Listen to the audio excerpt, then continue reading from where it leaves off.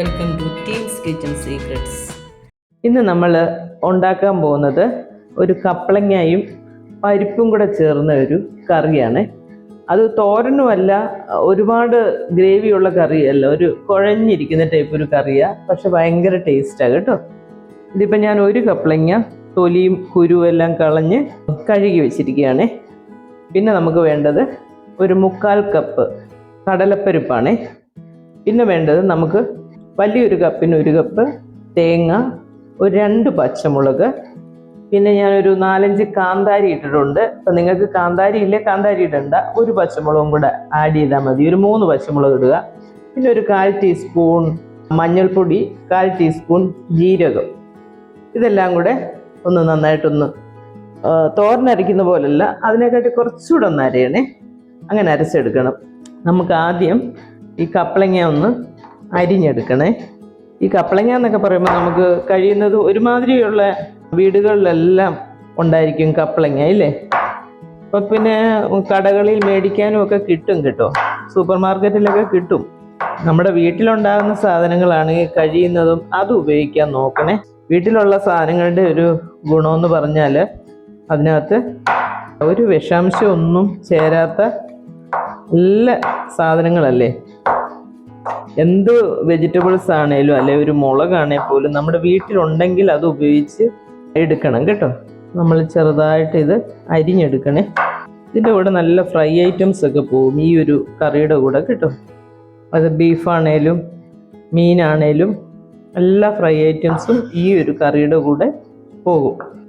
വീഡിയോസൊക്കെ കഴിയുന്നതും നമ്മൾ സ്കിപ്പ് ചെയ്യാതെ കാണണം. ഇടയ്ക്ക് എന്തെങ്കിലുമൊക്കെ ഒരു ടിപ്സൊക്കെ നമ്മൾ പറഞ്ഞു തരും. അപ്പോൾ അതൊക്കെ കാണണമെന്നുണ്ടെങ്കിൽ നമ്മൾ ആ വീഡിയോ ഫുള്ളായിട്ട് കാണണം.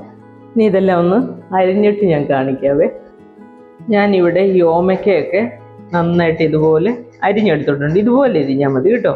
ചെറിയൊരു കുക്കറിനകത്തോട്ട് നമ്മൾ ഈ കടലപ്പരിപ്പ് ഇട്ട് കൊടുത്തിട്ടുണ്ട്. കടലപ്പരിപ്പിന് ഇച്ചിരി വേവ് കൂടുതലാണ്.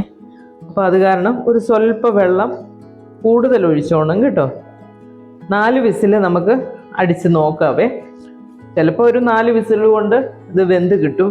ഈ കടലപ്പരിപ്പ് വെന്ത് കിട്ടിയിട്ട് വേണം നമ്മൾ ഈ ഓമയ്ക്കയും കൂടെ, ഓമയ്ക്കല്ലേ കപ്പളങ്ങ കേട്ടോ, ഓരോ സ്ഥലത്ത് ഓരോ പേരാണ് പറയുന്നത്.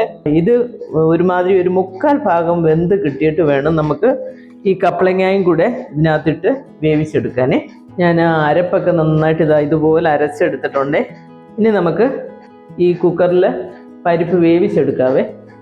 നമ്മുടെ പരിപ്പ് ഇവിടെ റെഡി ആയിട്ടുണ്ട്. ഒരു 1/4 ഭാഗം വെന്തിട്ടുണ്ട്.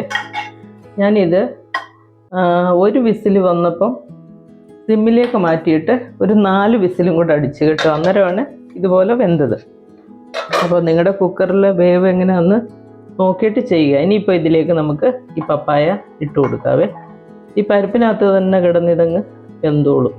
ഇനി നമുക്ക് ആവശ്യത്തിന് ഉപ്പും കൂടെ ചേർത്ത് കൊടുക്കണേ. നമ്മൾ പരിപ്പ് വേവിച്ചപ്പം ഉപ്പിട്ടിട്ടില്ലായിരുന്നേ.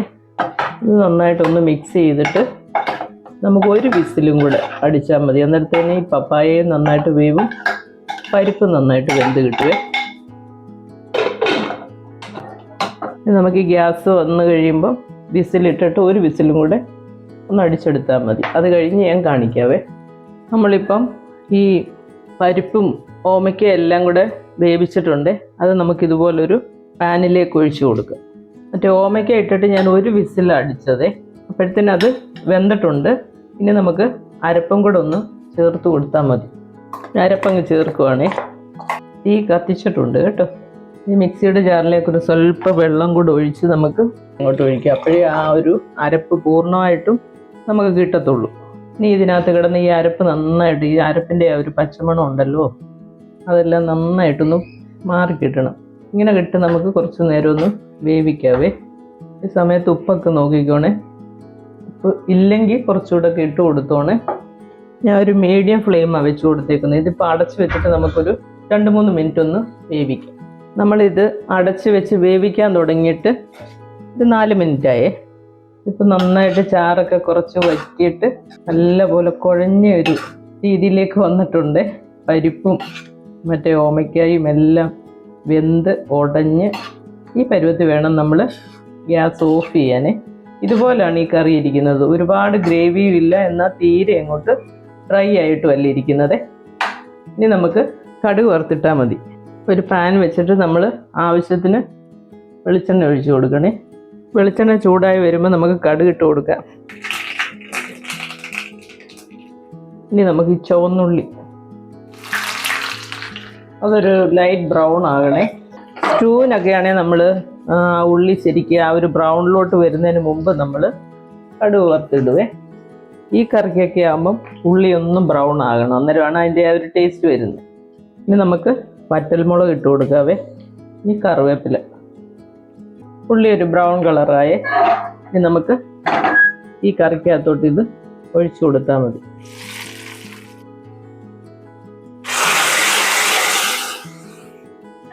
നമ്മൾ ഫ്ലെയിം ഇവിടെ ഓഫ് ചെയ്തിട്ടുണ്ട്.